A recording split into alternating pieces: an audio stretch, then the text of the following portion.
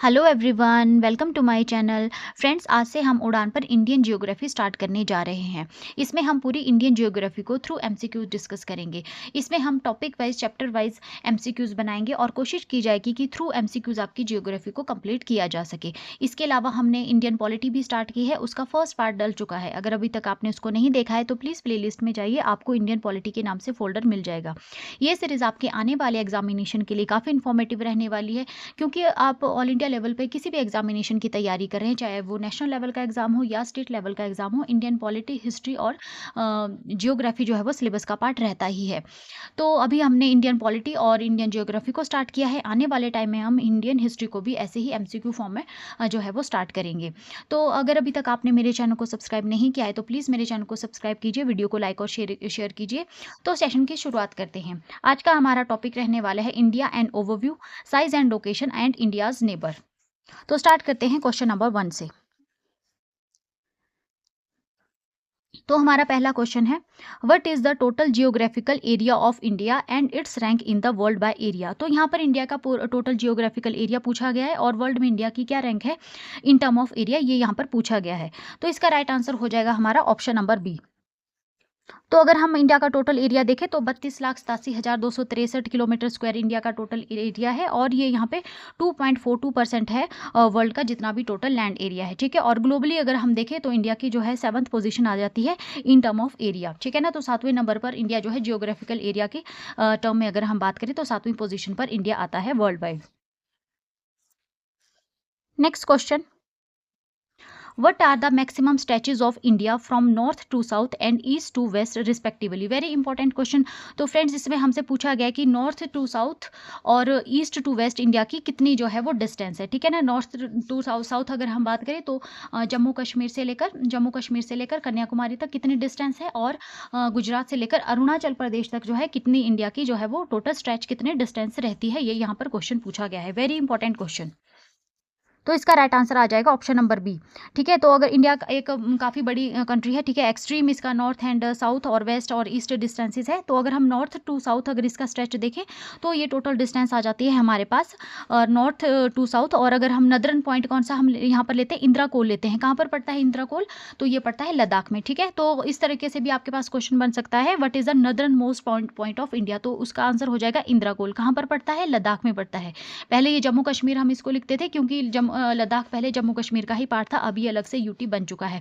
तो northern point India का आ जाएगा इंदिरा कोल, और वहां से हम जो है इसको स्टार्ट करते हैं और ये जाता है सदर्न मोस्ट पॉइंट जो है हमारा मेन लैंड आ जाता है कन्याकुमारी में। ठीक है, तो अगर हम बात करें इंदिरा कोल से लेकर कन्याकुमारी तक टोटल जो है डिस्टेंस आ जाएगी हमारी 3,214 किलोमीटर। ठीक है, north to south stretch India का आ जाएगा 3,214 किलोमीटर।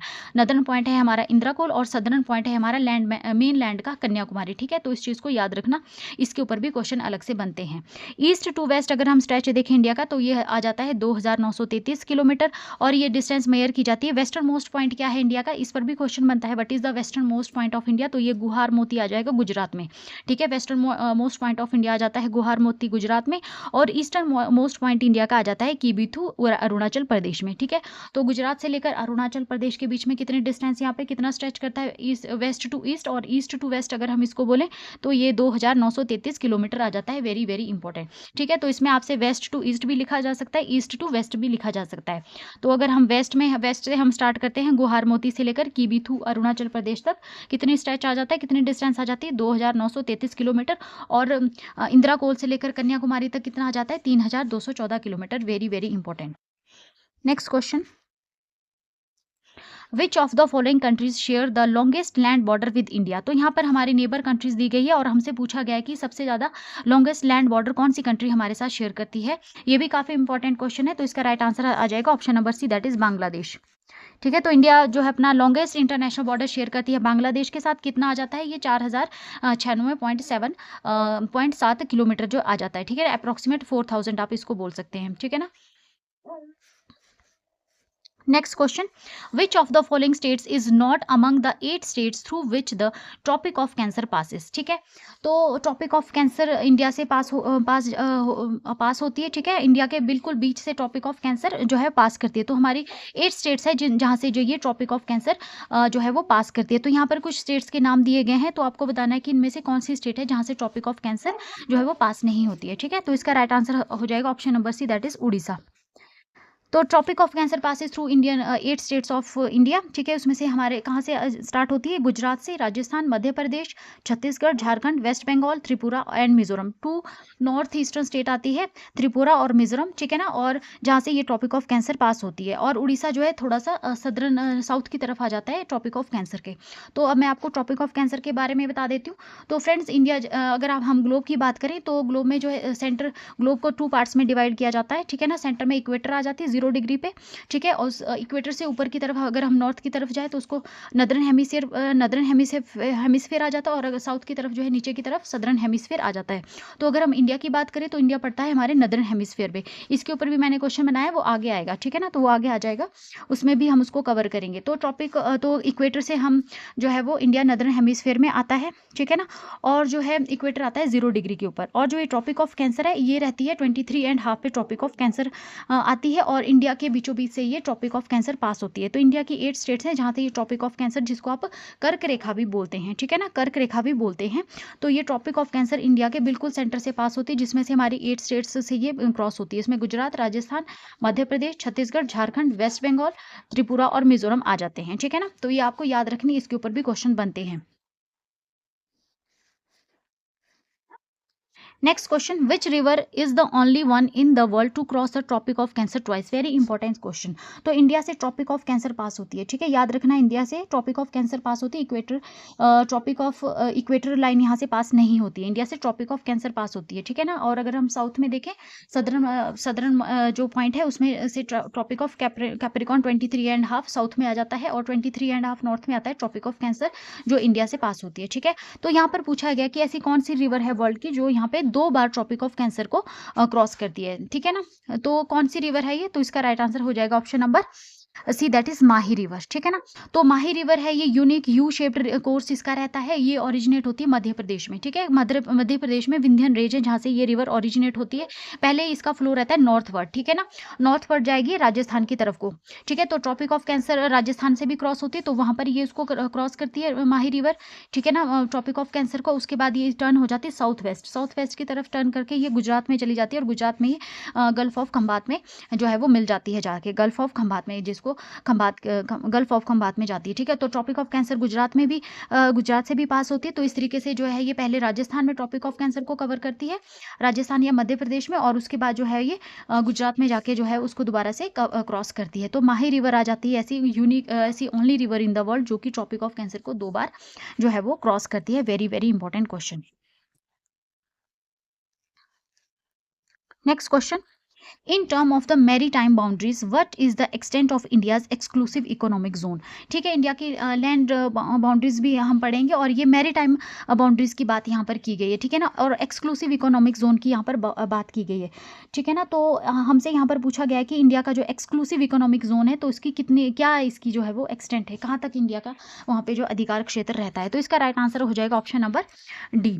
ठीक है ना, दैट इज 200 नॉटिकल माइल्स। ठीक है ना, तो अगर हम मैरी टाइम अगर हम इंडिया की मैरी टाइम अगर हम बाउंड्रीज देखें, तो अगर हम सी के रिगार्डिंग बात करें तो एक बेस लाइन होती है। ठीक है ना, जब सी स्टार्ट होता है तो सी जहाँ पर खत्म होता है, सी जहाँ पर स्टार्ट होता है और लैंड जहाँ पर खत्म हो रहा होता है। ठीक है ना, ये ट्रांजिशन जोन रहता है कि सी स्टार्ट हो रहा है, लैंड मास खत्म हो रहा है और सी स्टार्ट हो रहा है, तो ये ट्रांजिशन जोन रहता है जिसको कि हम बेस लाइन कहते हैं। ठीक है, तो बेस लाइन से हम जो है आगे मैरी टाइम जो है अपनी बाउंड्रीज को जो है वो नापते हैं। ठीक है, टेरिटोरियल सी इसमें आता है, कॉन्टिग्यूस जोन इसमें आता है, और एक्सक्लूसिव इकोनॉमिक जोन आता है।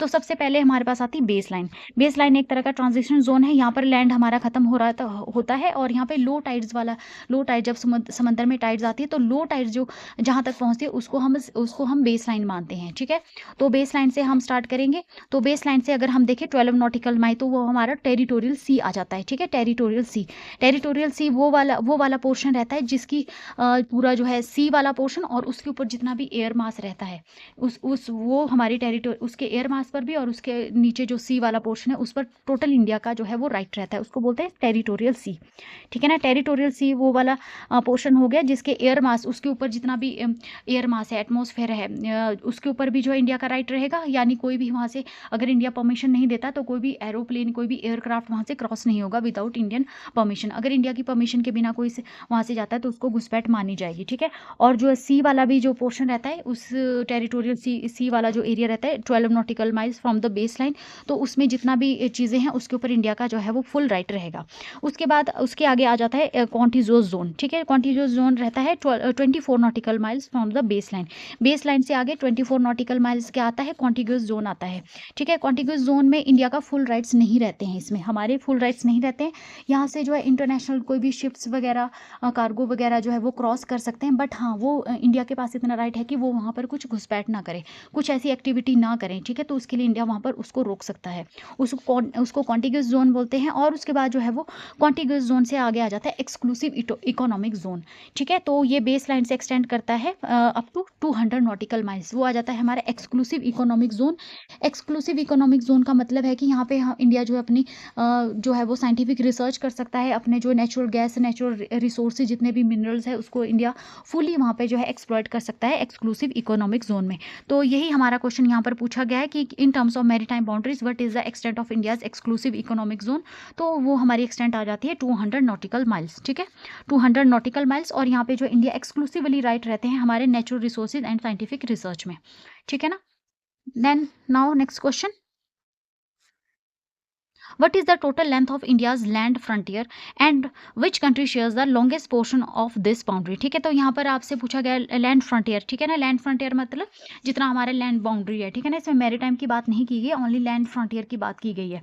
और अभी हमने देखा कि कौन सी कंट्री हमारे साथ लॉन्गेस्ट पोर्शन शेयर करती है, तो यहाँ पर आपको लैंड फ्रंटियर की लेंथ भी दी गई है और साथ में कंट्री भी दी गई है। तो इसका राइट आंसर हो जाएगा ऑप्शन नंबर सी, ठीक है ना। तो ऑप्शन नंबर सी है 15,200 किलोमीटर। और कौन सी कंट्री लॉन्गेस्ट पोर्शन शेयर करती है बाउंड्री हमारे साथ? वो बांग्लादेश आ जाएगी, ठीक है ना। लैंड फ्रंटियर इंडिया का है 15,200 किलोमीटर, कहीं कई बुक्स में इसको 15,100 कुछ 106 कुछ ऐसा भी लिखा है। तो इसमें ज़्यादा फर्क नहीं है। आप ऑप्शन में 15,000 के आसपास 15,200 या अगर 106 भी दिया है तो आप उसको राइट मार्क कर सकते हैं, ठीक है ना। तो ये रिप्रेजेंट करता है हमारा टोटल पेरीमीटर है ना, बाहर की जो आउटर बाउंड्री होती है, ठीक है ना। और इसमें जो है वो 7 नेबरिंग कंट्री हमारी आ जाती है जो इंडिया के साथ लैंड बॉर्डर शेयर करती है। वेरी इंपॉर्टेंट पॉइंट फ्रेंड्स, कितनी कंट्रीज इंडिया के साथ जो है वो लैंड बॉर्डर शेयर करती है? 7 कंट्रीज, जिसमें पाकिस्तान, अफगानिस्तान, चाइना, नेपाल, भूटान, म्यांमार और बांग्लादेश आ जाते हैं, ठीक है ना। पाकिस्तान, अफगानिस्तान, चाइना, भूटान, म्यांमार और बांग्लादेश आ जाते हैं। और इस लॉन्गेस्ट बॉर्डर जो है वो इंडिया शेयर करता है बांग्लादेश के साथ। कितना बॉर्डर है ये? 4,096 किलोमीटर, ठीक है ना, 4,096 किलोमीटर। और स्मॉलेस्ट किसके साथ शेयर करता है? अफगानिस्तान के साथ। अफगानिस्तान के साथ कितना शेयर करता है? 106 किलोमीटर, ठीक है। ये भी पॉइंट काफी इंपॉर्टेंट है कि इंडिया स्मॉलेस्ट बॉर्डर किसके साथ शेयर करता है? अफगानिस्तान के साथ शेयर करता है। यहाँ पर मैंने इसको जो है आपको घटते क्रम में यहाँ पर बनाकर दिया है। सबसे ज़्यादा बांग्लादेश, दूसरे नंबर पर चाइना आ जाता है, फिर पाकिस्तान, फिर नेपाल, उसके बाद म्यांमार, भूटान और सबसे कम इंडिया बॉर्डर शेयर करता है अफगानिस्तान के साथ, ठीक है ना। अफगानिस्तान के साथ जो हम बॉर्डर शेयर करते हैं वो हम जो है लद्दाख वाले पोर्शन में, हल्का सा स्ट्रेच है वहाँ पे 106 किलोमीटर का, ठीक है ना। वो इनडायरेक्टली उसको हम मानेंगे क्योंकि अभी वो वाला पोर्शन जो है इंडिया की जो है कंट्रोल में नहीं है, ठीक है ना। पहले तो अब लद्दाख अलग से बन गया, पहले इसको हम पीओके बोलते थे, पाकिस्तान ऑक्युपाइड कश्मीर, तो उसमें ये वाला पोर्शन आ जाता है। डायरेक्टली नहीं लेकिन इनडायरेक्टली जो है इंडिया जो है अफगानिस्तान के साथ ये लैंड बॉर्डर शेयर करता है। Next question, which Indian state has the longest coast line among all the state, ठीक है ना। तो हम इंडिया जो है एक पेनिनसुलर कंट्री है, ठीक है ना। तीन साइड से जो इंडिया वाटर से घिरा हुआ है, ठीक है ना। 3 साइड से इंडिया जो है वाटर से घिरा है। तो यहाँ पे कुछ हमारी इंडियन स्टेट है जिसकी कोस्ट, काफ़ी सारी हमारी इंडियन स्टेट्स है जिनके कोस्ट लाइन है। तो हमसे यहाँ पर पूछा गया कि कौन सी जो है हमारी स्टेट है जिसकी जो है वो लॉन्गेस्ट कोस्ट लाइन है। स्टेट की बात की गई यहाँ पे, ओनली स्टेट की, यूटीज की बात नहीं की गई है। तो इसका राइट आंसर हो जाएगा option number D, that is Gujarat, ठीक है ना। तो अंडमान और निकोबार जो है यहाँ पे लॉन्गेस्ट कोस्ट लाइन रहती है। अगर हम यूटीज की बात करें उसकी सबसे ज़्यादा है यूटीज, और अगर हम स्टेट की भी बात करें, अगर यूटीज और स्टेट दोनों आते हैं तो अंडमान और निकोबार आ जाएगा। अगर स्टेट्स पूछा है तो यहाँ पे गुजरात आ जाएगा, ठीक है ना। तो अंडमान और निकोबार का रहता है 1962 किलोमीटर अगर हम यूटीज की बात करें, और अगर स्टेट्स की बात करें तो गुजरात की लॉन्गेस्ट कोस्ट लाइन आ जाती है 1214.70 किलोमीटर, ठीक है ना। Due to its indented nature and numerous creeks हैं गुजरात में काफ़ी सारी ना, ऐसे छोटे छोटे जो है, अगर आप गुजरात का मैप देखेंगे तो छोटे छोटे क्रीक्स हैं। तो इसको अगर हम देखें, इसको सबको अगर देखा जाए तो ये लॉन्गेस्ट कोस्ट लाइन जो है इंडिया की बनाता है Gujarat. Next question, which channel water body separates the Andaman island from the Nicobar island. ठीक है, तो अंडमान और निकोबार कहाँ पर है, ये कहाँ पर पड़ते हैं, ये इंडियन ओशन में पड़ता है ना, अंडमान और निकोबार आइलैंड। ठीक है ना, तो ये छोटे छोटे आइलैंड्स होते हैं, तो इनके बीच में भी जो है ये भी एक दूसरे से सेपरेटेड ही रहते हैं। तो यहाँ पर पूछा गया कि अंडमान आइलैंड को जो है वो निकोबार आइलैंड से कौन से चैनल जो है सेपरेट करता है, वाटर बॉडी सेपरेट करती है। तो इसका राइट आंसर हो जाएगा option number C, that is 10 degree channel. ठीक है, तो 10 डिग्री चैनल सेपरेट करता है अंडमान ग्रुप ऑफ आइलैंड को from Nicobar group of island से।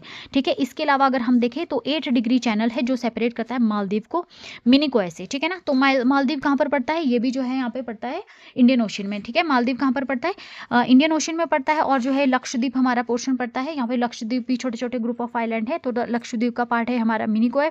ठीक है, तो मिनिकॉय जो है वो मालदीव से 8 डिग्री चैनल से सेपरेट होता है। ठीक है ना, 8 डिग्री चैनल जो है मिनिकॉय को मालदीव से सेपरेट करता है। और इसके बाद अगर हम बात करें तो 9 डिग्री जो है सेपरेट करता है लक्षद्वीप को मिनिकॉय से। ठीक है ना, लक्षद्वीप जो है वो मेन हेड पॉइंट आ गया, ये भी छोटे से आइलैंड पर लक्षद्वीप है, फिर एक छोटे आइलैंड पे मिनिकॉय है, लेकिन जो है मिनिकॉय ये लक्षद्वीप का ही पार्ट है। तो मिनिकॉय और लक्षद्वीप को कौन सी वाटर बॉडी सेपरेट कर रही है, उसको बोलते हैं हम 9 डिग्री चैनल। ठीक है, 9 डिग्री चैनल। 8 डिग्री करता है आपका मालदीव को मिनिकॉय से, और 10 डिग्री करता है आपको अंडमान और निकोबार आइलैंड को, और 9 डिग्री जो है सेपरेट करता है लक्षद्वीप और मिनिकॉय को। काफ़ी इंपॉर्टेंट पॉइंट्स है फ्रेंड, इसको याद रख लेना। Next question, which Indian state UT share its boundary with only one foreign country specifically Afghanistan. ठीक है ना, तो कौन सी इंडियन स्टेट यूटी है जो अपनी बाउंड्री सिर्फ एक ही फॉरेन कंट्री के साथ शेयर करती है, और स्पेसिफिकली अफगानिस्तान यहाँ पर पूछा गया है। तो इसका राइट आंसर हो जाएगा option number A, that is Ladakh. ठीक है ना, लद्दाख जो है वो अफगानिस्तान के साथ बॉर्डर शेयर करती है। As per their frontier table, specifically the Ladakh region is current administrative term is the only area share border with the Afghanistan along। कहाँ पे और कौन सा है यहाँ पे, डूरंड लाइन। ठीक है ना, इंडिया और अफगानिस्तान के बीच में जो बॉर्डर लाइन है जो है उसको क्या बोलते हैं, डूरंड लाइन। ठीक है ना, डूरंड लाइन आपसे ये भी पूछा जा सकता है, डूरंड लाइन किन दो कंट्रीज को सेपरेट, इंडिया किसके साथ बॉर्डर शेयर करता है, तो वो आ जाएगी इंडिया एंड अफगानिस्तान, और हमारा लद्दाख वाला पोर्शन जो है इसमें आ जाता है इनडायरेक्टली, जो अभी पीओके में पड़ता है। Next question, which physiographic division cover the largest percentage of India's total area. तो यहाँ पर फिजियोग्राफिकल डिवीजन दिए गए हैं, तो आपको बताना है कि largest percentage of India's total geographical area कौन सा कवर करता है, माउंटेन करते हैं, प्लेट्यू, फील्ड्स या हिल्स। तो इसका राइट आंसर हो जाएगा option number C, that is fields और प्लेन्स।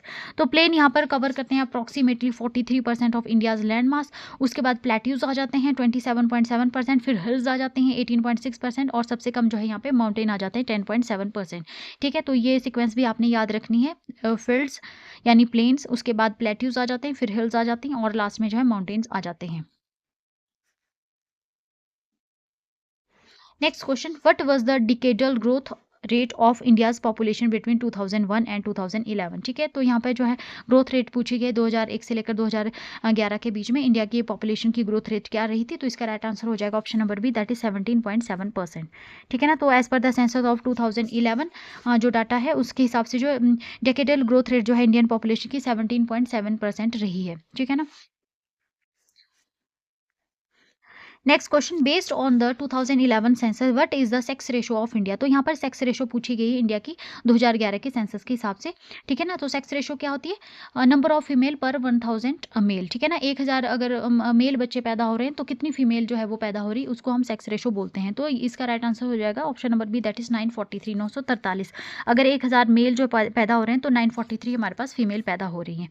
ठीक है ना, तो sex ratio is defined as the number of females per 1000 male according to the data India sex ratio is 943। ठीक है ना, 943 2011 के सेंसस के हिसाब से। Next question, which of the following describes the correct status of India's Indira point after 2004 tsunami. ठीक है, तो इंदिरा पॉइंट हमारा सदर्न मोस्ट पॉइंट है, तो यहाँ पर इसका स्टेटस पूछा गया है 2004 में जो सुनामी आई थी, तो अब क्या यहाँ पर स्टेटस है इस इंदिरा पॉइंट का। ठीक है ना, तो इसका राइट आंसर हो जाएगा option number B, it was submerge but the ocean floor is slowly bouncing back. तो 2004 में जो है इंदिरा पॉइंट टोटली सबमर्ज हो गया था, जो सुनामी आई थी 2004 में उसमें इंदिरा पॉइंट जो है वो टोटली सबमर्ज हो गया था। ये निकोबार आइलैंड में पड़ता है ना। ठीक है, इंदिरा पॉइंट जो है ये पड़ता है कहाँ पे, निकोबार आइलैंड में, और ये टोटली सबमर्ज हो गया था 2004 में जो सुनामी आई थी। लेकिन अब जो है माना जा रहा है कि स्लोली जो है सी जो है स्लोली रिट्रीट कर रहा है, और यहाँ पे जो डिक्रीज हो रहा है वाटर लेवल, और ओशियन फ्लोर जो है वो बाउंस बैक कर रहा है। ये अभी रिसेंट जो है डाटा के हिसाब से यहाँ पे बताया गया है। इंदिरा पॉइंट कहाँ पर पड़ता है, ये निकोबार आइलैंड में पड़ता है इंदिरा पॉइंट। अगर हम इंडिया का मेन लैंड से अगर हम बात करें तो हमारा सदर्न मोस्ट पॉइंट जो है वो कन्याकुमारी पड़ता है, और अगर हम टोटल इंडिया की बात करें तो हमारा सदर्न मोस्ट पॉइंट जो है वो इंदिरा पॉइंट पड़ता है, जो कि निकोबार आइलैंड में आता है। ठीक है, now next question, if it is 10 AM at the western most point of India, गुहार मोती, वेस्टर्न मोस्ट पॉइंट क्या है इंडिया का? गुहार मोती, कहाँ पर पड़ता है? गुजरात में। What would be the approximate local time at the eastern most point? ठीक है, ईस्टर्न मोस्ट पॉइंट क्या है इंडिया का? किबिथु, अरुणाचल प्रदेश में। तो अगर हमारे पास गुजरात में गुहार मोती में 10 बजे हैं, तो अरुणाचल प्रदेश में किबिथु में जो है वो कितने बजे होंगे? ये हमारे से यहाँ पर क्वेश्चन पूछा गया है, काफ़ी इंपॉर्टेंट पॉइंट है। ठीक है ना, तो हम अगर बात करें इंटरनेशनल डेट टाइम की, ठीक है ना, तो अगर हम इंटरनेशनल डेट लाइन की बात करें तो इंटरनेशनल डेट लाइन कहाँ से पास होती है? ये ग्रीनविच इंग्लैंड से पास होती है, उसको हम 0 डिग्री मानते हैं। ठीक है ना, उसको हम 0 डिग्री मानते हैं, और उसके ईस्ट में जो है वो ईस्टर्न हेमिस्फीयर पड़ता है, और उसके वेस्ट में वेस्टर्न हेमिस्फीयर पड़ता है। तो अगर हम इंडिया की बात करें तो इंडिया जो है ये इंटरनेशनल डेट लाइन के ईस्ट में पड़ता है। ठीक है ना, ईस्ट साइड को इंडिया पड़ता है। ठीक है ना, तो हम जो है वो ईस्टर्न हेमिस्फीयर में आते हैं। ये भी पॉइंट हमारा यहाँ पे क्लियर होता है कि इंडिया जो है वो एक तो नदर्न और ईस्टर्न हेमिस्फीयर में पड़ता है, क्योंकि इंटरनेशनल डेट लाइन के ईस्ट में पड़ता है। ठीक है ना, तो अगर हम बात करें तो इंडिया जो है यहाँ पर पड़ता है ईस्टर्न हेमिस्फीयर में। और अगर हम बात करें कि 1 डिग्री जो है वो 1 डिग्री जो है अर्थ जो है अपनी एक्सिस पे रोटेट करती है, अर्थ अपनी एक्सिस पे रोटेट करती है, तो अर्थ जो है वो 1 डिग्री जब रोटेट करेगी तो 4 मिनट में जो है अर्थ जो है वो 1 डिग्री रोटेट करती है। ठीक है ना, तो अगर आप इंडिया का मैप देखोगे, इंडिया का अगर हम मैप देखते हैं, 0 डिग्री आपका आ गया ग्रीनविच इंग्लैंड में। तो अगर हम इंडिया के मैप की बात करें फ्रेंड्स, अभी मेरे पास जो है वो पूरे यहाँ पे जो है वो बोर्ड नहीं है, नहीं तो मैं आपको मैप में अच्छे से समझाती। तो अभी मैं जस्ट यूँ ही बोल रही हूँ, अगर आपके पास मैप है तो प्लीज़ आप मैप अपने सामने रख लीजिए।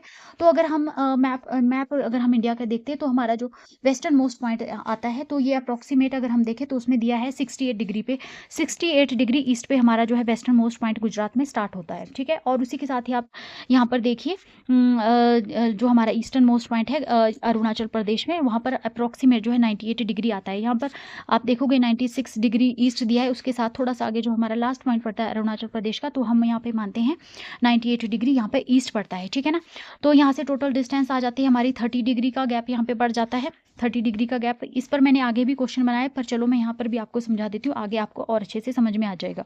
तो हमारा यहाँ पर जो है वो 68 डिग्री जो है यहाँ पे वेस्ट में पड़ रहा है, और यहाँ पे जो है हमारा 98 डिग्री जो है वो ईस्ट में पड़ रहा है। तो 68, 78, 88 और 98 मतलब टोटल यहाँ से 30 डिग्री का गैप पड़ रहा है। तो अर्थ अपनी एक्सिस पे रोटेट कर रही है, और अर्थ रोटेट करती है 1 डिग्री 4 मिनट में।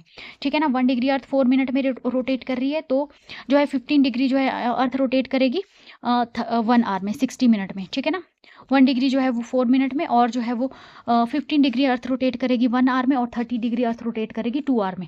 तो अगर हम बात करते हैं यहाँ पर 10 AM अगर हमारे जो है गुहार मोती गुजरात में है, तो वहाँ पर अरुणाचल प्रदेश में कितना टाइम होगा? तो वहाँ पे 2 घंटे एक्स्ट्रा, यानी 30 डिग्री 2 आवर्स में यहाँ पे कवर होते हैं, तो वहाँ पर बजे होंगे 12। ठीक है ना, तो आई होप मैंने आपको अच्छे से समझा दिया है इसको। तो due to India's vast longitudinal extent of nearly 30 degree, there is a local time difference of approximately 2 hour between western and eastern extremes. ठीक है ना, since the sun rises in the east, तो ईस्टर्न साइड में जो है वो 2 our जो है अहेड रहता है। ठीक है ना, तो 2 घंटे अहेड रहेगा हमारे ईस्टर्न साइड में, दैट इज अरुणाचल प्रदेश में। अगर गुहार मोती वेस्टर्न में यहाँ पे हमारे पास 10 बजे हैं, तो अरुणाचल प्रदेश में वहाँ पे जो है 12 बजे होंगे। Next question, which international boundary line was demarcated by Sir Cyril Radcliffe in 1947 and applies to both Pakistan and Bangladesh borders? तो इसका राइट आंसर हो जाएगा ऑप्शन नंबर, ये हो गई रेड क्लिफ लाइन। ठीक है ना, किसने की थी? ये बांग्लादेश, और अब जो है ये बांग्लादेश इसमें शामिल हो गया है, तो रेड क्लिफ लाइन इसको बोलते हैं। ठीक है ना, 1947 में ये बाउंड्री लाइन इंडिया और पाकिस्तान के बीच में बनाई गई थी, लेकिन जो है पहले बांग्लादेश को ईस्टर्न पाकिस्तान कहते थे। ठीक है, तो 1971 में जो है बांग्लादेश अलग हो गया, तो अब ये रेड क्लिफ जो लाइन है ये इंडिया और पाकिस्तान दोनों के बीच में जो है ये इंटरनेशनल बाउंड्री लाइन का काम कर रही है, तो इसको रेड क्लिफ लाइन बोलते हैं। ठीक है ना,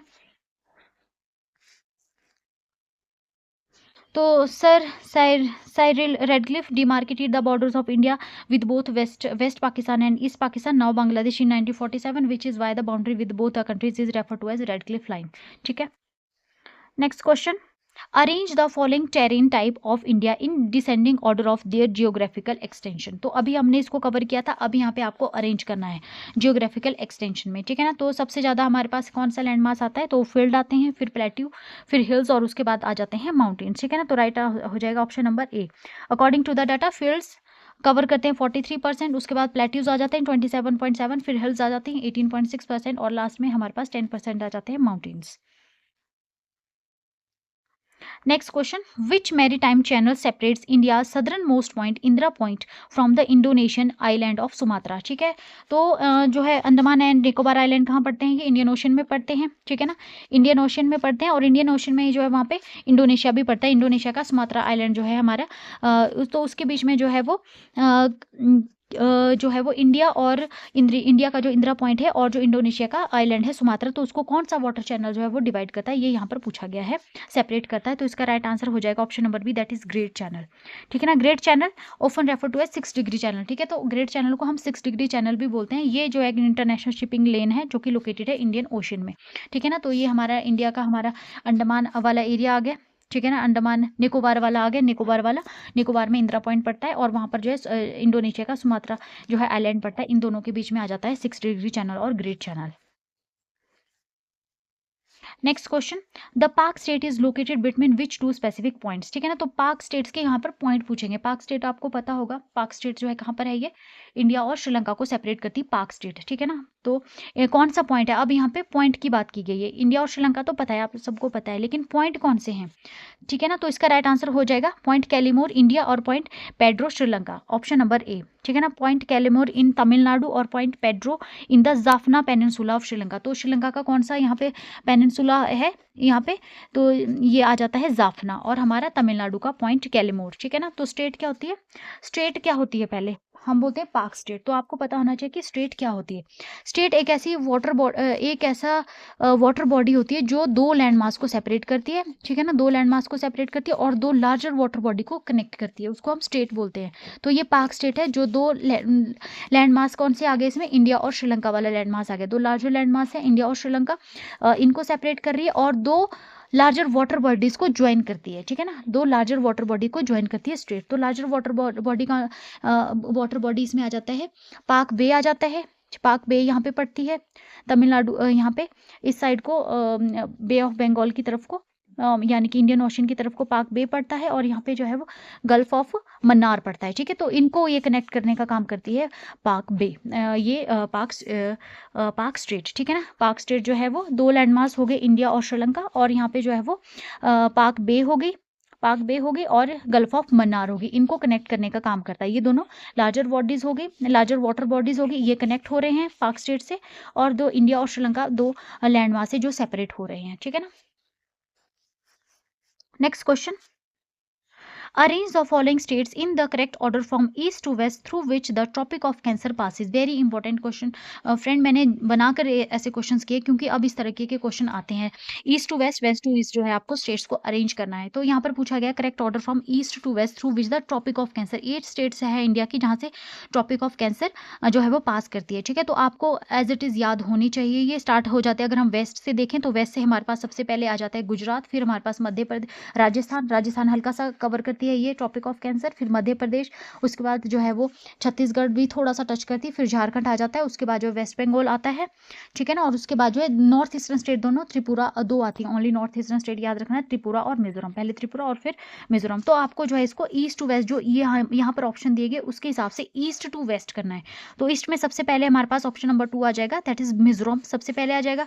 उसके बाद हमारे पास ईस्ट में वेस्ट बंगाल आ जाएगा तीसरे नंबर पे, और उसके बाद हमारे पास छत्तीसगढ़ आ जाएगा, और सबसे ज़्यादा लास्ट में जो वेस्ट में जो है राजस्थान आ जाएगा। तो option number A is the right answer, 2 3 1 4, ठीक है ना। Following the map from east to west, सबसे पहले मिजोरम को हम टच करेंगे, फिर उसके बाद West Bengal, then Chhattisgarh and finally Rajasthan.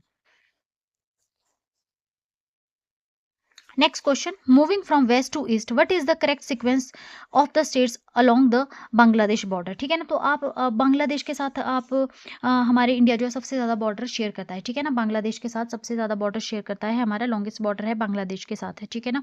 तो हमारी नॉर्थ ईस्टर्न स्टेट होगी और जो हमारा वेस्ट बंगाल हो गया, ये यहाँ पे बॉर्डर शेयर करते हैं। तो हमें वेस्ट टू ईस्ट बताना है, ठीक है ना, सीक्वेंस वेस्ट टू ईस्ट, ठीक है ना। तो इसका राइट आंसर क्या हो जाएगा?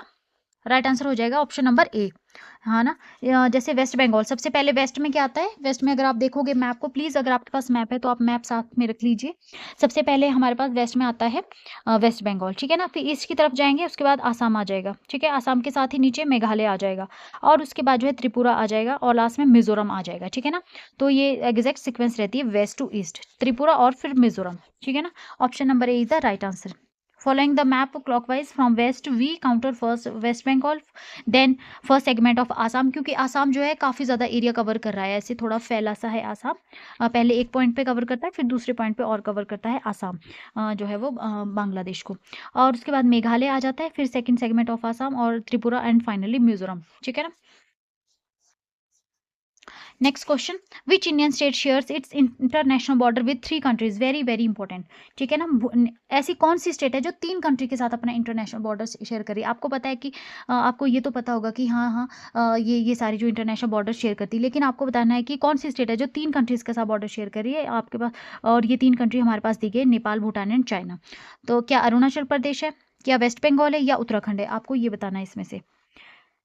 तो इसका राइट आंसर हो जाएगा option number B, that is Sikkim. तो सिक्किम जो है स्ट्रेटेजिकली लोकेटेड है, ईस्टर्न हिमालयस में पड़ता है सिक्किम, ठीक है ना। और ये यहाँ पे बॉर्डर शेयर करता है नेपाल के साथ वेस्ट में, भूटान के साथ ईस्ट में, और चाइना का जो तिब्बत वाला रीजन है नॉर्थ में, ठीक है ना। तो सिक्किम ऐसी स्टेट है जो 3 इंटरनेशनल बॉर्डर शेयर करती है 3 कंट्रीज के साथ, नेपाल, भूटान और चाइना, ठीक है। Next question, which of the following state does not share a border with Myanmar? तो यहाँ पर हमारी नॉर्थ ईस्टर्न स्टेट दी गई फ्रेंड्स, टोटली मैप वाला काम है यहाँ पे, ठीक है। तो आपको बताना है कि यहाँ पे म्यांमार के साथ कौन सी स्टेट जो है वो बॉर्डर शेयर नहीं करती है, नागालैंड, मणिपुर, मिजोरम या Tripura?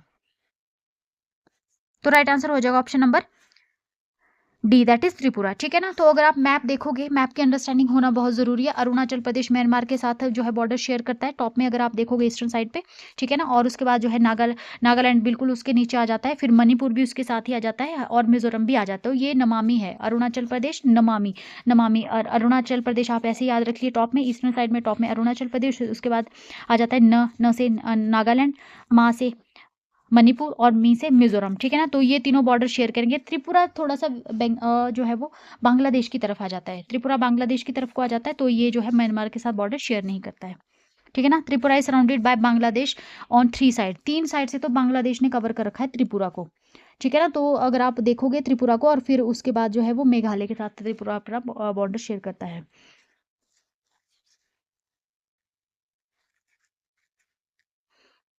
Next question, which Indian union territory shares border with both Pakistan and China? तो यहाँ पर यूटी पूछी गई है कि जो पाकिस्तान और चाइना के साथ बॉर्डर शेयर करती है। तो राइट आंसर हो जाएगा option number B, that is Ladakh, ठीक है ना। तो लद्दाख जो है यूटी बनी थी 2019 में आफ्टर रीऑर्गेनाइजेशन। तो ओनली यूटी है जो बाउंड्री शेयर करती है पाकिस्तान के साथ वेस्ट नॉर्थ में, और चाइना के साथ ईस्ट में। A small strip with Afghanistan के साथ भी जो है डूरन लाइन पे ये बॉर्डर शेयर करती है, थोड़ा सा 106 kilometre. Next question, the McMahon line form the boundary between India and which country? तो मैकमोहन लाइन किसके साथ इंडिया बाउंड्री बनाता है? चाइना के साथ, ठीक है ना।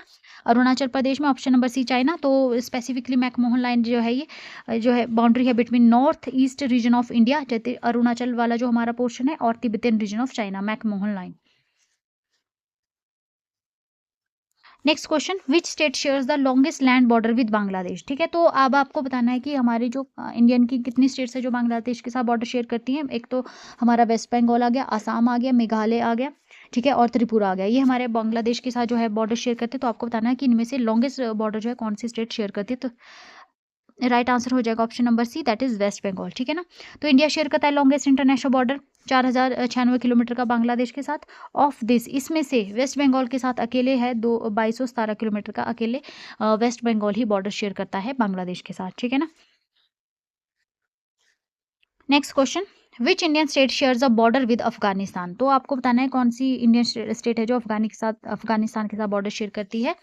Himachal Pradesh, Punjab, Jammu Kashmir, none of the above, it is UT. तो राइट आंसर हो जाएगा option number D, that is none of the above, it is UT. तो ओनली यूनियन टेरिटरी है लद्दाख जो शेयर करती है बॉर्डर अफगानिस्तान के साथ, the Durand line. Next question, how many Indian state share a border with Nepal, ठीक है। तो अब आपको बताना है कि नेपाल के साथ कितनी इंडियन स्टेट्स जो है वो बॉर्डर शेयर करती है, वेरी वेरी इंपॉर्टेंट, ठीक है। तो आपको पता होना चाहिए कि उन स्टेट्स के नाम भी आपको पता होने चाहिए। तो ये राइट आंसर हो जाएगा option number C, that is 5। तो 5 स्टेट्स हैं। स्टार्ट करते हैं कहाँ से, उत्तराखंड से। उत्तराखंड आ गया, उसके साथ ही उत्तर प्रदेश आ गया, फिर बिहार, वेस्ट बंगाल और सिक्किम, ठीक है। तो ये याद रखने, उत्तराखंड, उत्तर प्रदेश, बिहार, वेस्ट बंगाल और सिक्किम, ये 5 स्टेट्स हैं जो नेपाल के साथ बॉर्डर शेयर करती हैं। Next question, which state share the longest border with Bhutan. अब भूटान की बारी आई, तो कौन सी स्टेट जो है भूटान के साथ लॉन्गेस्ट बॉर्डर शेयर करती है, तो राइट आंसर हो जाएगा option number C, that is Assam, ठीक है ना। तो आसाम जो है 267 किलोमीटर का बॉर्डर शेयर करती है भूटान के साथ। उसके बाद अरुणाचल प्रदेश करती है 217 किलोमीटर का, और वेस्ट बंगाल 183 किलोमीटर, और सिक्किम जो है 32 किलोमीटर का बॉर्डर शेयर करते हैं भूटान के साथ, ठीक है ना। काफी इंपॉर्टेंट है, ये चीजें याद रखना, आजकल इस तरीके के क्वेश्चन बन रहे हैं। Next question, the red Cliff line is the demarcation line between India and, तो किसके बीच में ये डिमार्केशन है रेड क्लिफ लाइन, पहले भी हमने ऐसा ही कुछ क्वेश्चन देखा था। तो राइट आंसर हो जाएगा option number B, that is Pakistan and Bangladesh, ठीक है ना। तो साइरिल रेड क्लिफ ने यहाँ पे ड्रू की थी line for the partition of India in 1947। पहले तो ये ईस्टर्न और वेस्टर्न पाकिस्तान करके थी, लेकिन जब बांग्लादेश जो बन गया बाद में, फॉर्मली जो ईस्ट पाकिस्तान था उसको बांग्लादेश बना दिया गया। तो जो है अब India border red Cliff line share करता है पाकिस्तान और बांग्लादेश के साथ। Next question, which state has a unique distinction of sharing border with Nepal, Bhutan and Bangladesh, ठीक है। तो कौन सी स्टेट ऐसी जो नेपाल के साथ भी बॉर्डर शेयर कर रही है, भूटान के साथ भी और बांग्लादेश के साथ भी, ऑप्शन नंबर सी आ जाएगा वेस्ट बंगाल, ठीक है ना। वेस्ट बंगाल ओनली स्टेट है जो यहाँ पे 3 डिफरेंट कंट्रीज के साथ बॉर्डर शेयर करती है। इसमें नेपाल आ जाता है, भूटान आ जाता है, नेपाल भूटान नॉर्थ में आ जाता है और बांग्लादेश जो है ईस्ट में आ जाता है। Next question, which is the largest state in India by geographical area, very important question. तो आपको पता होना चाहिए कि इंडिया की जो है वो लार्जेस्ट स्टेट कौन सी है एरिया वाइज। फ्रेंड्स मैं आपको इस तरीके से क्वेश्चन बता रही हूँ, मैं इस तरीके से मानती हूँ कि अभी आपने स्टार्टिंग ही की है, इसलिए मैं आपको हर छोटा छोटा पॉइंट यहाँ पे बताने की कोशिश कर रही हूँ। हो सकता है कुछ लोग जो है वो ऑलरेडी इसको पढ़ चुके हैं, उनको ये चीज़ें ऑलरेडी क्लियर हो, तो उनका ये रिविजन हो रहा है, लेकिन मैं ये मान रही हूँ कि अभी आप लोग जो है स्टार्टिंग ही कर रहे हैं। तो which is the largest state in India by geographical area, तो राइट आंसर हो जाएगा option number C, that is Rajasthan, ठीक है ना। तो राजस्थान ऑक्यूपाई करता है 10.4% ऑफ द इंडियाज लैंड, ठीक है ना। और ये जो है लार्जेस्ट स्टेट बना था 2002 में, ठीक है। 2002 में क्यों बना था ये, इससे पहले मध्य प्रदेश लार्जेस्ट स्टेट होता था, लेकिन मध्य प्रदेश से जो है छत्तीसगढ़ को बना दिया गया था, उसके बाद जो है वो राजस्थान लार्जेस्ट स्टेट बन गया था इंडिया का। Next question, which is the smallest state in India in terms of land area. तो अब स्मॉलेस्ट स्टेट आपको यहाँ पर बताना है, तो राइट आंसर हो जाएगा option number B, that is Goa, ठीक है ना। तो Goa is the India's smallest state by area, ठीक है ना। तो गोवा जो है इंडिया की स्मॉलेस्ट स्टेट है बाय एरिया, जो कि कवर करती है 3702 square kilometre.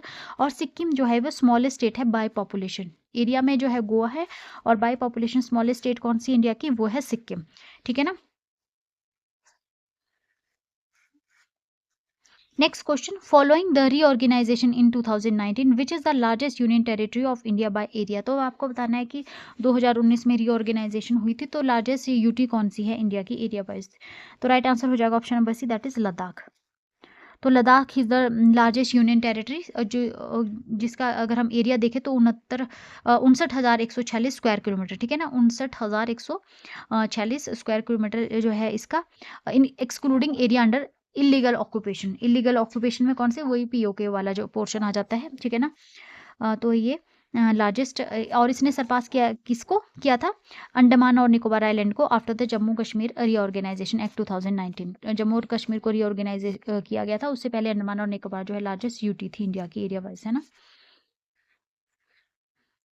Next question, which is the smallest union territory of India by area. तो अब आपको स्मॉलेस्ट यूटी बतानी है इंडिया की एरिया वाइज, तो राइट आंसर हो जाएगा option number B, that is Lakshadweep. Lakshadweep smallest UT है इंडिया की, और इसका अगर हम, ये ग्रुप ऑफ आइलैंड है with a total land area of only 32 square metre है, इसके पास लैंड एरिया है लक्षद्वीप का, ठीक है। Next question, among the north eastern state, seven sister जिनको बोलते हैं, नॉर्थ ईस्टर्न स्टेट को हम क्या कहते हैं, सेवन सिस्टर स्टेट, ठीक है। Which one has the largest area, तो इन सेवन सिस्टर में से सबसे ज़्यादा एरिया किसके पास है, तो राइट आंसर हो जाएगा option number B, that is Arunachal Pradesh, ठीक है। तो Arunachal Pradesh is the largest state in the north east India, 83,743 square kilometre इसका एरिया जाएगा, ठीक है ना। लेकिन अगर हम देखें पॉपुलेशन डेंसिटी में, तो इसकी सबसे lowest population density Arunachal Pradesh की इंडिया में 2011 के सेंसस के हिसाब से।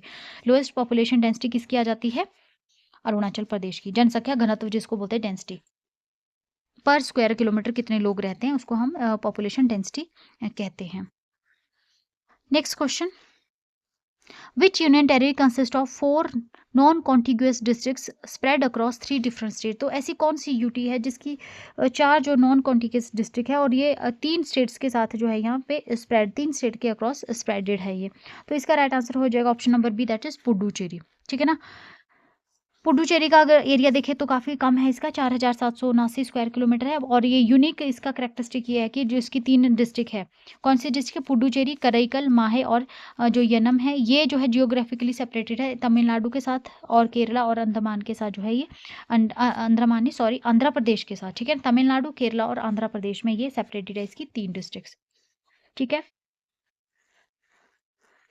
Next question, identify the correct descending order of the top 3 largest state by area, तो अब आपको यहाँ पे टॉप 3 लार्जेस्ट स्टेट बतानी है एरिया वाइज, ठीक है।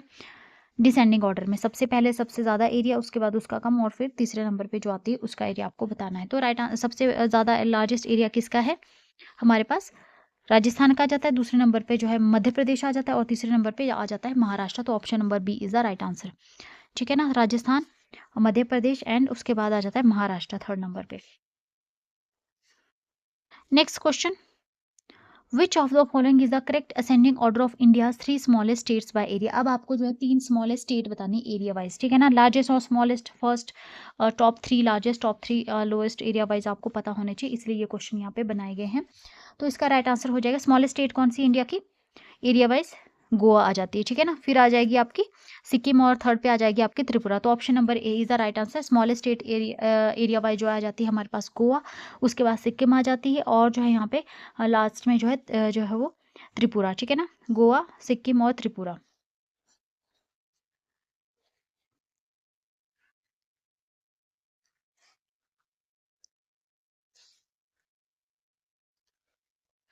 Next question, which state has the highest population in India according to 2011 census. तो 2011 का जो सेंसस हुआ था उसके हिसाब से हाईएस्ट पॉपुलेशन जो इंडिया की कौन सी स्टेट की, तो राइट आंसर हो जाएगा option number C, that is Uttar Pradesh. Uttar Pradesh most popular state यहाँ पे रहा, नियरली 20 करोड़ जो है वहाँ की पॉपुलेशन थी, ठीक है ना। Accounting 16.5% of country's total population, ठीक है ना, 16.5%। Next question, which is the least popular state in India as per the 2011 census. तो लीस्ट पॉपुलर स्टेट कौन सी थी, तो राइट आंसर हो जाएगा option number B, that is Sikkim. Sikkim least popular state थी, 2011 का जो सेंसस हुआ था अप्रॉक्सीमेट 6.1 लाख रेजिडेंट ही वहाँ पे थे, ठीक है ना। वाइल गोवा स्मॉलर है एरिया में, लेकिन इसकी पॉपुलेशन ज़्यादा है सिक्किम से। स्मॉलेस्ट एरिया जो है वो गोवा का है, लेकिन पॉपुलेशन इसकी ज़्यादा है सिक्किम से। Next question, which union territory recorded the highest population. अब आपको यूटी के बारे में बताना है कि कौन सी यूटी की सबसे ज़्यादा पॉपुलेशन रही 2011 के सेंसस के हिसाब से। तो राइट आंसर हो जाएगा option number C, that is Delhi. Delhi NCT national capital territory है और इसकी मोस्ट पॉपुलस यूटी रही 2011 के हिसाब से 1.67 करोड़ यहाँ की पॉपुलेशन रही। लीस्ट पॉपुलस यूनियन टेरिटरी कौन थी, तो लक्षद्वीप आ जाते विद ओनली कितने थे इसमें 64,473 इनहेबिटेंट्स थे 2011 का जो सेंसस हुआ था उसके हिसाब से। सबसे ज़्यादा पॉपुलस यूटी थी हमारे पास दिल्ली और सबसे कम पॉपुलस यूटी रही हमारे पास लक्षद्वीप, ठीक है ना, ये याद रखना है। लार्जेस्ट एंड लोएस्ट स्टेट में हमारे पास सबसे ज़्यादा पॉपुलर स्टेट रही हमारे पास उत्तर प्रदेश और सबसे कम रही सिक्किम।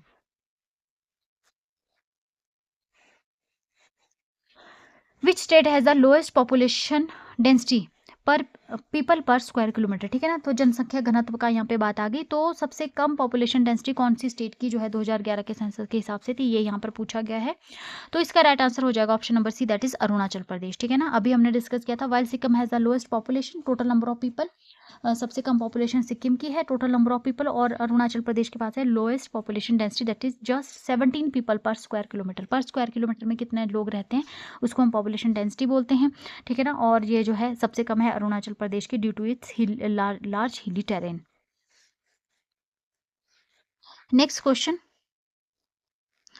विच state ranks third in population but first in population density.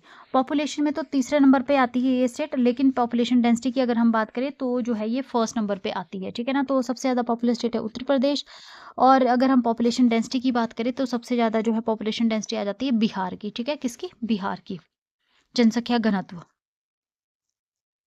Bihar is the third most popular state, और लेकिन जो है इसकी जनसंख्या घनत्व जो है वो उत्तर प्रदेश से भी ज़्यादा है, ठीक है ना। 1106 पीपल पर स्क्वायर किलोमीटर इसमें रहते हैं। अरुणाचल प्रदेश में कितने थे? 17, ओनली 17 पीपल, और इसमें 1106। कितना ज़्यादा घनत्व है, कितना ज़्यादा भीड़, मतलब कितना ज़्यादा कंजस्टेड होगा, ये आप मान सकते हैं।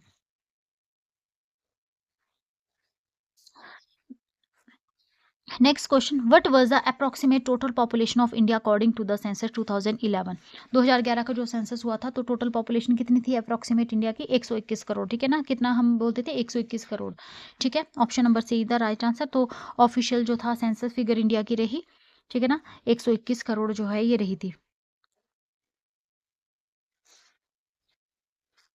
Next question, in which year was the royal Bengal tiger. अब एम्बलम के रिगार्डिंग नेशनल जो थे उनके रिगार्डिंग क्वेश्चन आ रहे हैं, ठीक है, सिंबल्स जो हैं हमारे। तो in which year was the royal Bengal tiger adopted as a national animal of India. तो हमारा इंडिया का नेशनल एनिमल क्या है? यहाँ से ये क्लियर हो गया आपको, रॉयल बंगाल टाइगर हमारा नेशनल एनिमल है, ठीक है। तो अब आपसे यहाँ पे क्वेश्चन पूछा जा रहा है कि इसको कब अडॉप्ट किया गया था एज ए नेशनल एनिमल, ठीक है। तो राइट आंसर हो जाएगा option number C that is 1973।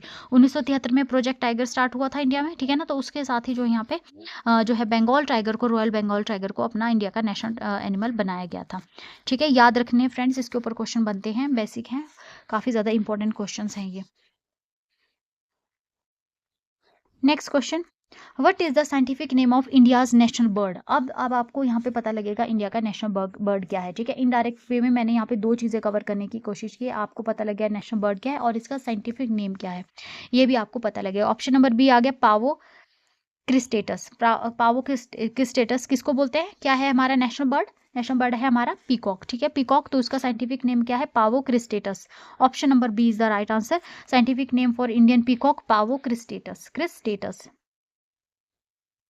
Next question, when was the Indian elephant declared the national heritage animal. तो हमारा नेशनल हेरिटेज एनिमल क्या है? एलिफेंट, ठीक है ना। क्या है नेशनल हेरिटेज एनिमल इंडिया का? एलिफेंट। कब इसको नेशनल हेरिटेज एनिमल डिक्लेयर किया गया था? 2010 में, ठीक है। तो option number C is the right answer. तो ministry of environment declare it heritage animal on October 22, 2010। 22 October 2010 को जो इसको हेरिटेज एनिमल ऑफ इंडिया यहाँ पे डिक्लेयर किया गया था मिनिस्ट्री ऑफ इन्वायरमेंट के द्वारा। Next question, which animal was the national animal of India before 1972। National animal क्या है हमारा? रॉयल बंगाल टाइगर है। कब बनाया गया था? 1973 में। तो उससे पहले क्या था? उससे पहले भी कुछ होगा ना, तो Asiatic lion. Option number C is the right answer. तो जो है उससे पहले lion held the title from 1950 1950 से लेकर 1972 और अर्ली 1970 अप्रैल 1973 में जो है बंगाल टाइगर बनाया गया था, रॉयल बंगाल टाइगर। तो तब तक जो है एशियाटिक लॉयन हमारा नेशनल एनिमल था। Next question, the national flower क्या है हमारा? National flower lotus is the symbol of what value. तो क्यों हमारा जो नेशनल फ्लावर है वो लोटस है। अब ये क्या वैल्यूज दर्शाता है ये आपको यहाँ पर बताना है। क्यों लोटस को यहाँ जो है हमारा नेशनल फ्लावर बनाया गया, तो ये आपको बताना है। तो राइट आंसर हो जाएगा option number B that is purity and detachment. तो ये यहाँ पे रिप्रेजेंट करता है ability to remain pure and untouched by evil impurities similar to how it grows in mud but stays clean, ठीक है। तो यहाँ पे क्या बताता है ये? एबिलिटी टू रिमेन प्योर और अनटच्ड बाय इविल। मड में ग्रो करता है, ये जो कमल का फूल होता है ना, लोटस कमल, लेकिन फिर भी ये जो प्योर है, एविल से और इम्प्योरिटीज से दूर है ये, ठीक है ना। और ये जो है वो मड में रहने के बावजूद भी ये क्लीन होता है, साफ सुथरा रहता है ये, ठीक है। तो ये यहाँ पे प्योरिटी और डिटैचमेंट को शो करता है lotus. Next question, the national bird was officially declared in which year? तो इंडिया का नेशनल बर्ड क्या है? अभी हमने देखा पीकॉक, ठीक है। तो इसको कब डिक्लेयर किया गया था नेशनल बर्ड? 1963 में, ठीक है। Option number B the right answer, 1963। तो गवर्नमेंट ऑफ इंडिया ने डिक्लेयर किया था पीकॉक को as the national bird on 1 फरवरी 1963। Next question, who compose the national song Vande Mataram? ठीक है, तो अब आपको यहाँ से पता लगा हमारा नेशनल सॉन्ग क्या है, वंदे मातरम। नेशनल एंथम तो पता होगा सबको, तो मैंने वो इसमें क्वेश्चन नहीं डाला है। हमारा नेशनल एंथम है जन गण मन, ठीक है ना, रविंद्रनाथ टैगोर ने लिखा था जन गण मन। और आपसे पूछा गया हमारा नेशनल सॉन्ग है वंदे मातरम, तो इसको किसने कंपोज किया है? तो इसका राइट आंसर हो जाएगा option number B, that is Bankim Chandra Chatterjee, Bankim Chandra Chatterjee. तो ये किसका पार्ट था, कहाँ से इन्होंने लिया था? ये उनका नॉवेल था आनंद मठ, ठीक है ना, उसमें जो है उन वहाँ से ये लिया गया था वंदे मातरम। और जब इंडिपेंडेंस जो मूवमेंट थे उसमें जो इसको एक एंथम की तरह, नेशनल सॉन्ग की तरह गाते थे इसको वंदे मातरम को, ठीक है। तो कई बार ऐसे भी फ्रेंड्स क्वेश्चन बन जाता है कि जो ये वंदे मातरम है ये कौन सी नॉवेल से लिया गया था, तो वो उसका आपको आंसर देना है आनंद मठ, ठीक है ना। बंकिम चंद्र चटर्जी की जो है एक नॉवेल थी आनंद मठ, वहाँ से जो है इसको लिया गया था ओरिजिनली, और ये ओरिजिनली संस्कृत में लिखा गया था। Next question, which year was the Ganga officially declared as a national river? तो यहाँ से आपको पता लगा कि हमारी नेशनल रिवर क्या है, गंगा है। तो कब जो है इसको ऑफिशियली डिक्लेयर किया गया था नेशनल रिवर? तो ये यहाँ पे क्वेश्चन पूछा गया है, तो इसका राइट आंसर हो जाएगा option number C, that is 2008। 2008 में इसको डिक्लेयर किया गया था national river in November 2002 edits conservation और स्पिरिचुअल रिकॉग्निशन, ठीक है ना, इसकी कंजर्वेशन के लिए और स्पिरिचुअल रिकॉग्निशन को देखते हुए जो इसको नेशनल रिवर ऑफ इंडिया घोषित किया गया था। Next question, what is the scientific name of the national aquatic animal of India? तो अब आपको यहाँ से पता लगेगा हमारा नेशनल एक्वेटिक एनिमल क्या है, गैंगटिक डॉल्फिन। क्या है? गैंगटिक डॉल्फिन हमारा एक्वेटिक एनिमल है। ऐसे भी क्वेश्चन पूछा जा सकता है इंडिया का aquatic animal, national aquatic animal क्या है, तो वो आ जाएगा गैंगटिक डॉल्फिन। तो इसका साइंटिफिक नेम आपको बताना है, ठीक है। तो प्लेटेनिस्टा गैंगटिका, प्लेटेनिस्टा गैंगटिका जो है इसका जो है वो साइंटिफिक नेम आ जाएगा ऑप्शन नंबर बी, ठीक है। ये रेफर करता है गैंग्स रिवर डॉल्फिन को, गैंगटिक डॉल्फिन जिसको आप बोलते हैं गैंग्स रिवर डॉल्फिन, ठीक है ना। और इसको डिक्लेयर किया गया था नेशनल एक्वेटिक एनिमल 2009 में। कब? 2009 में। Next question, the banyan tree is the national tree of India. तो क्या पता लगा यहाँ से, नेशनल ट्री क्या है इंडिया का, बैनियन ट्री है, ठीक है ना, बैनियन ट्री है। इसका साइंटिफिक नेम क्या है, क्या नाम है इसका?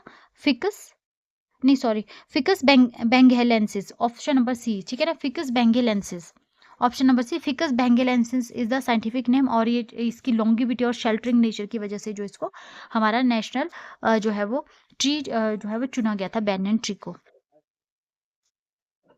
Next question, which of these is a unique characteristic of the gangs river dolphin? तो गैंग्स रिवर डॉल्फिन हमारा नेशनल एक्वेटिक एनिमल है, तो इसका क्या यूनिक कैरेक्टरिस्टिक है ये आपको बताना है। तो इसका राइट आंसर हो जाएगा option number B, that is it is essentially blind. तो ये ब्लाइंड है, एक तरह से ब्लाइंड है ये जो हमारी गैंगटिक जो डॉल्फिन है ये ब्लाइंड है, ठीक है ना। और ये वाटर में रहती है, लिव इन फ्रेश वाटर, और ब्लाइंड होती है ये। और यहाँ पे ज़्यादातर साउंड सुन के जो है नेविगेट करती, साउंड्स को महसूस करके ना ये जो है वो पता लगा लेती है डायरेक्शंस का, और ये मूव करती है और ये हंट करती है मर्की रिवर वाटर में, ठीक है ना। मडी जैसा जो वाटर होता है शैलो, वहाँ पे जो है ये हंटिंग करती है। Next question, which major circle of latitude passes through India? ठीक है, confirming its location in the northern hemisphere, ठीक है। तो अभी मैंने आपको पहले भी ये चीज़ बताई थी, तो आपको बताना है कि कौन सा जो है लैटिट्यूड जो पास करता है इंडिया से, लैटिट्यूड जो सर्कल है जो कंफर्म करता है इसकी लोकेशन इन नदर्न हेमिस्फीयर, तो क्या है उसका option number C, that is tropic of cancer, ठीक है ना। तो ट्रॉपिक ऑफ कैंसर पास करती है इंडिया के मिडल से, और ये लाइन जो है नदर्न हेमिस्फीयर में पड़ती है, और ये यहाँ पे प्रूफ है कि इंडिया कहाँ पर पड़ता है, नदर्न हेमिस्फीयर में।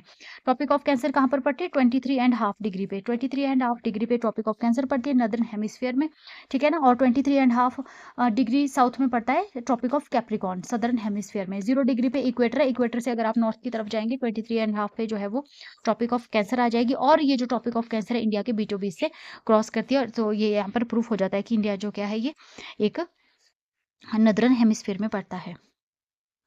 Next question, in which of the following hemisphere is India entirely located? तो अब आपको बताना है कि कौन से हेमिस्फीयर में एंटायरली लोकेट करता है इंडिया, नदर्न और वेस्टर्न हेमिस्फीयर, नदर्न और वेस्टर्न हेमिस्फीयर में आता है, नदर्न या ईस्टर्न हेमिस्फीयर, सदर्न या ईस्टर्न हेमिस्फीयर, या सदर्न या वेस्टर्न हेमिस्फीयर। तो किस में आता है इंडिया? तो option number B is the right answer, northern, ठीक है ना, और ईस्टर्न हेमिस्फीयर। ईस्टर्न का हमने कैसे पता लगाया? इंटरनेशनल डेट लाइन से, 0 डिग्री ग्रीनविच से जो ईस्ट में पड़ेगा वो ईस्टर्न हेमिस्फीयर में आ गया, और जो वहाँ वेस्ट में पड़ेगा वो वेस्ट में आ गया। तो इंडिया जो है 0 डिग्री से जो है वो ईस्ट की तरफ पड़ता है, तो इंडिया आ गया नदर्न और ईस्टर्न हेमिस्फीयर में पड़ता है। India is situated north of the equator, ठीक है, north of equator 0 degree latitude, और east of the prime meridian 0 degree latitude, therefore it lies in the north and eastern hemisphere. Next question, on which meridian is Indian standard time based, ठीक है, तो अब आपको बताना है Indian standard time कौन से मेरिडियन पर बेस्ड है, ठीक है, वेरी इंपॉर्टेंट क्वेश्चन, ठीक है ना, वेरी इंपॉर्टेंट क्वेश्चन। तो इंडियन स्टैंडर्ड टाइम कौन से मेरिडियन पर है? 82 degree and 82 degree 30 inch east, ठीक है ना, 30। तो अगर हम देखें यहाँ पे तो स्पेसिफिकली जो लॉन्गिट्यूड रहता है ये चूज़ किया जाता है स्टैंडर्ड मेरिडियन ऑफ इंडिया, ठीक है ना, और ये यहाँ पे पास करता है रफली, कहाँ से पास करता है? सेंटर ऑफ द कंट्री, कहाँ पर पड़ता है? मिर्ज़ापुर, उत्तर प्रदेश में। Indian standard time Mirzapur, Indian standard meridian pass करता है मिर्ज़ापुर, उत्तर प्रदेश से, और यहाँ पे 82 डिग्री 30 जो है वो ईस्ट में ये पड़ता है, ठीक है ना, 30 मिनट्स ईस्ट में, 82 डिग्री 30 मिनट ईस्ट में ये पड़ता है, और ये पड़ता है मिर्ज़ापुर, उत्तर प्रदेश में, और ये यूनिफॉर्म यहाँ पे इंश्योर करता है uniform time across all Indian states, ठीक है ना, uniform time across all Indian state 32 degree 30 minute east, 82 degree, sorry 82 degree 30 minute east, Mirzapur, Uttar प्रदेश।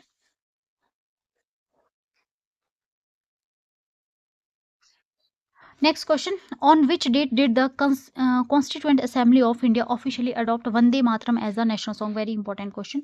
तो कब जो है हमारे कॉन्स्टिट्यूएंट असेंबली ने ऑफिशियली अडॉप्ट किया था वंदे मातरम को एज अ नेशनल सॉन्ग? तो राइट आंसर हो जाएगा option number C, that is 24 जनवरी 1950।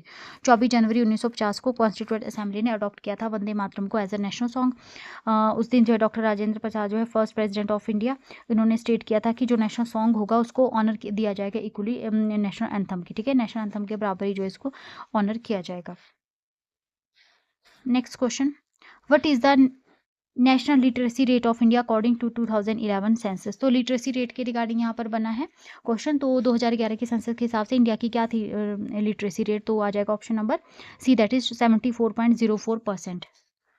74.04% थी इंडिया की। सिग्निफिकेंट इंक्रीज इसमें देखा गया था। अगर हम 2011 से कंपेयर करेंगे तो 2011 में इंडिया की लिटरेसी रेट थी, सॉरी 2001 में, 2011 में हमारी थी 74.04% और 2001 में थी 64.84%, ठीक है।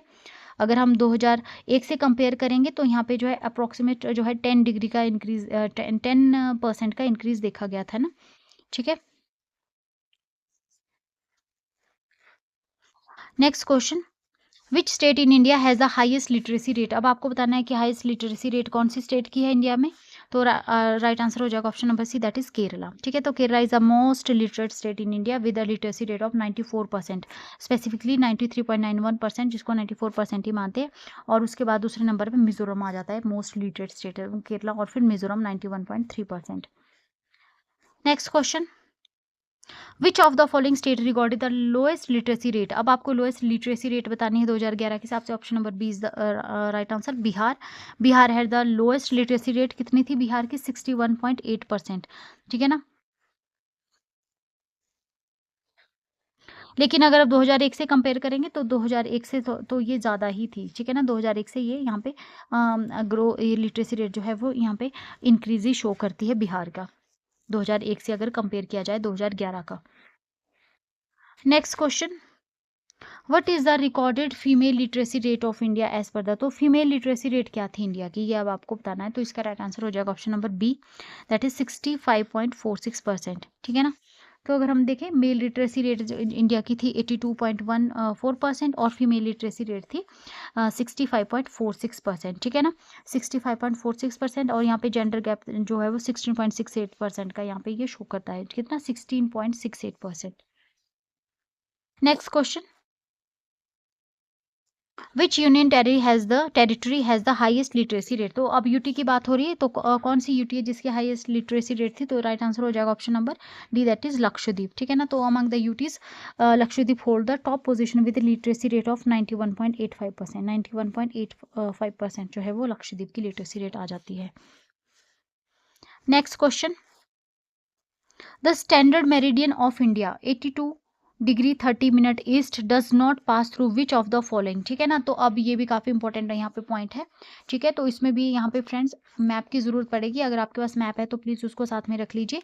ठीक है ना, तो हमारा सेंट्रल मेरिडियन पास करता है 82°30' ईस्ट। ठीक है ना, स्टैंडर्ड मेरिडियन मिर्ज़ापुर उत्तर प्रदेश बिल्कुल सेंटर में यहाँ पे पड़ता है। तो कहाँ से ये पास होता है, कौन सी स्टेट है जो इस यहाँ से पास वहाँ से ये पास नहीं करता? तो ये यहाँ से पूछा गया, तो राइट आंसर हो जाएगा option number D, that is West Bengal. ठीक है ना, तो इंडियन स्टैंडर्ड टाइम मेरिडियन जो है पास करता है 8 इंडियन स्टेट से। कौन सी इंडियन स्टेट आ गई? स्टार्ट ऊपर से हो रहा है स्टार्ट, उत्तर प्रदेश। ठीक है ना, उत्तर प्रदेश के एग्जैक्ट नीचे आ जाता है मध्य प्रदेश। मध्य प्रदेश के साथ ही यहाँ पे थोड़ा सा टच ये करता है छत्तीसगढ़ को। छत्तीसगढ़ के साथ ही जाते जाते ये थोड़ा सा टच करता है यहाँ पे बॉर्डर उड़ीसा को। छत्तीसगढ़, उत्तर प्रदेश, यहाँ पे छत्तीसगढ़ और फिर आ गया उड़ीसा, और उसके साथ आंध्र प्रदेश आ जाता है नीचे। ठीक है, स्टैंडर्ड मेरिडियन इंडियन जो है वो वेस्ट बंगाल जो है वो ईस्टर्न साइड में पड़ता है, ईस्टर्न साइड में पड़ता है इस लाइन के। उत्तर प्रदेश, मध्य प्रदेश, छत्तीसगढ़, ठीक है ना, और फिर उड़ीसा, और उसके बाद जो है आंध्र प्रदेश आ जाता है। 5 स्टेट्स है इंडियन जहाँ से Indian standard time meridian pass करता है। Next question, how far ahead is Indian standard time from Greenwich mean time. ठीक है, तो यहाँ से पूछा गया कि वही ग्रीनविच मेरिडियन से इंडिया का जो है स्टैंडर्ड टाइम कितना दूर है, ये आपको बताना है। तो राइट आंसर हो जाएगा option number C, that is 5 hours and 30 minutes। क्योंकि अर्थ रोटेट करती है, ये मैंने आपको फ्रेंड्स डिटेल में पहले बता दिया था। ठीक है ना, अर्थ रोटेट करती है 30 डिग्री इन 24 मिनट। ठीक है ना, 30 डिग्री 360 डिग्री अर्थ रोटेट करती है 360 डिग्री 24 आवर्स में। ठीक है, 360 डिग्री 24 घंटे में रोटेट करती है, और 1 डिग्री जो है वो लैटिट्यूड इक्वल्स कितने होता है 4 मिनट में। 1 डिग्री को कितने मिनट में जो है वो रोटेट कवर करती है 4 मिनट्स में। मल्टीप्लाई करेंगे आप 82.5 को 4 मिनट से, और जिससे कि टोटल आ जाता है 33 मिनट, और जो कि एग्जैक्टली क्या बनाता है आपका 5 hours and 30 minutes ahead of the prime meridian. अगर प्राइम मेरिडियन से 5 घंटे जो है 30 मिनट अहेड आता है ये हमारा इंडियन जो स्टैंडर्ड टाइम है। Next question, the standard meridian of India does not pass through which of the following states. तो यहाँ पर आपको बताना है, ये शायद आई थिंक ये रिपीट हो गया क्वेश्चन। यस, ये रिपीट हो गया, चलो कोई बात नहीं, हम इसको दोबारा से कर लेते हैं। तो the standard meridian time of India 82°30' east does not pass through which of the following. तो इसका राइट आंसर हो जाएगा option number D, that is West Bengal. ठीक है ना, तो ये 5 स्टेट से पास करता है, उत्तर प्रदेश, मध्य प्रदेश, छत्तीसगढ़, उड़ीसा एंड आंध्र प्रदेश। वेस्ट बंगाल जो है ईस्ट में पड़ता है। ठीक है ना, now next question, if 12 PM at Greenwich what will be the time at India. ठीक है, तो अगर आपको यहाँ पर पूछा गया अगर 12 बजे हैं दिन के ग्रीनविच में, तो इंडिया में क्या रहेगा इसका टाइम? तो राइट आंसर हो जाएगा आपका option number B, that is 5:30। ठीक है ना, क्योंकि इंडिया कहाँ लोकेट करता है? ईस्ट ऑफ ग्रीनविच, और वी अगर हम टाइम को ऐड कर दे टाइम डिफरेंस को, तो ऐड कर देंगे हम 5:30 मिनट्स टू 12 PM, और यहाँ पर रिजल्ट आ जाएगा आपका 5:30 PM on the same day. ठीक है ना, सेम डे में। लास्ट क्वेश्चन आ गया हमारा, तो विच of the following best describes the general climate type of India. हमने ओवरव्यू इंडिया का हम इंडियन जियोग्राफी का कर रहे हैं फर्स्ट पार्ट में, तो हमने अप्रोक्सीमेट यहाँ पे सब कुछ कवर कर लिया, बाउंड्रीज कवर कर ली, स्टेट्स के रिगार्डिंग इंपॉर्टेंट पॉइंट्स कवर कर लिए, इसका जो है वो लिटरेसी रेट के रिगार्डिंग जो है कवर कर लिया है ना, और हमने जो है वो अब थोड़ा सा हम इंडिया के क्लाइमेट के बारे में भी एक क्वेश्चन देख लेते हैं। स्टैंडर्ड मेरिडियम टाइम जो है हमने कर लिया, इक्वेटर और सब कुछ हमने देख लिया है ना, ओवरव्यू था ये एक तरह से। बाद में आगे डिटेल में भी फ्रेंड्स हम इसको अच्छे से, जब चैप्टर आएगा उसको वहाँ पर भी हम काफ़ी अच्छे से कवर करेंगे। तो ये हम थोड़ा सा क्लाइमेट का ओवरव्यू ले लेते हैं। विच of the following best describe the general climate type of India. तो इंडिया का क्लाइमेट टाइप क्या है, ये भी क्वेश्चन बनता है। तो राइट आंसर हो जाएगा option number A, that is tropical monsoon climate. ठीक है, ट्रॉपिकल मॉनसून क्लाइमेट। तो क्योंकि इंडिया जो है सिग्निफिकेंट रीजनल वेरिएशन यहाँ पे देखी जाती है, यहाँ पे आपको नॉर्थ में ग्लेशियर्स मिलेंगे, डेजर्ट मिलेंगे वेस्ट में, ठीक है ना। लेकिन अगर हम इसका ओवरऑल क्लाइमेट क्लासिफिकेशन देखें तो ट्रॉपिकल मानसून क्लाइमेट इंडिया का जो है वो आ जाता है। और क्यों आता है, क्योंकि यहाँ के जो वेदर पैटर्न है ना ये डोमिनेट किया, सीजनल जो रिवर्सल विंड जो चलती है ना वो हमारे वेदर पैटर्न को डोमिनेट करती है, जिस वजह से जो है साउथ वेस्ट जो मानसून रहता है और नॉर्थ ईस्ट जो मानसून रहता है, ठीक है ना, उससे जो है यहाँ पे प्राइमरी रेनफॉल होती है हमारे, temperature cycle across the sub continent जो है चेंज होती रहती है, ठीक है। तो इंडिया का कौन सा क्लाइमेट आ जाता है, ट्रॉपिकल मानसून क्लाइमेट इंडिया का आ जाता है। तो फ्रेंड्स इसके साथ ही हमारा आज का ये फर्स्ट पार्ट जो है कंप्लीट होता है। अगर आपको वीडियो पसंद आई हो तो प्लीज़ वीडियो को लाइक कीजिए, चैनल को शेयर और सब्सक्राइब कीजिए। मैंने इसमें काफ़ी जो है वो कवर करने की कोशिश की है, और अगर आपने ये लेक्चर अच्छे से सुन लेते हैं तो आपको जो है ये वाला पोर्शन तो एटलीस्ट बुक से करने की ज़रूरत नहीं पड़ेगी। इसमें ऑलमोस्ट हमने सभी चीज़ें कवर कर दी है। अगर फिर भी यहाँ पर आपको किसी पॉइंट में कोई मिस्टेक लगे तो please write in the comment box. और अगर मेरे बोलने में भी कई बार मैं फास्ट बोलती हूँ, कई बार वर्ड इधर उधर हो जाते हैं, अगर मैंने ध्यान नहीं दिया तो प्लीज़, अगर आप कुछ ज़्यादा ही इसमें मैंने कुछ बोला हो तो गलत कुछ वर्डिंग हो गई हो तो प्लीज़ आप उसको मेंशन कर सकते हैं कमेंट बॉक्स में, या आप पीडीएफ से भी रीड कर सकते हैं, क्योंकि पीडीएफ में ऑलमोस्ट मैंने 2-3 बार इसको चेक किया, यहाँ पर ऐसी कोई भी मिस्टेक नहीं है, ठीक है। अगर फ्रेंड्स आपको वीडियो पसंद आ रही हो तो प्लीज़ वीडियो को लाइक कीजिए, चैनल को शेयर और सब्सक्राइब कीजिए, और पॉलिटी वाले सीरीज़ को ज़रूर फॉलो कीजिएगा। उसमें नेक्स्ट चैप्टर जो है, नेक्स्ट पार्ट उसका डलने वाला है। फर्स्ट पार्ट को हमने काफ़ी अच्छे से उसमें कवर किया है, ऑलमोस्ट डिटेल में ही हमने एमसीक्यू फॉर्म में जो है चैप्टर को कंप्लीट किया है। नेक्स्ट पार्ट जो इसका 1-2 दिन में डल जाएगा, ठीक है। तो प्लीज़ दोनों सीरीज़ को फॉलो कीजिए। Thank you so much. मिलते हैं नेक्स्ट वीडियो में।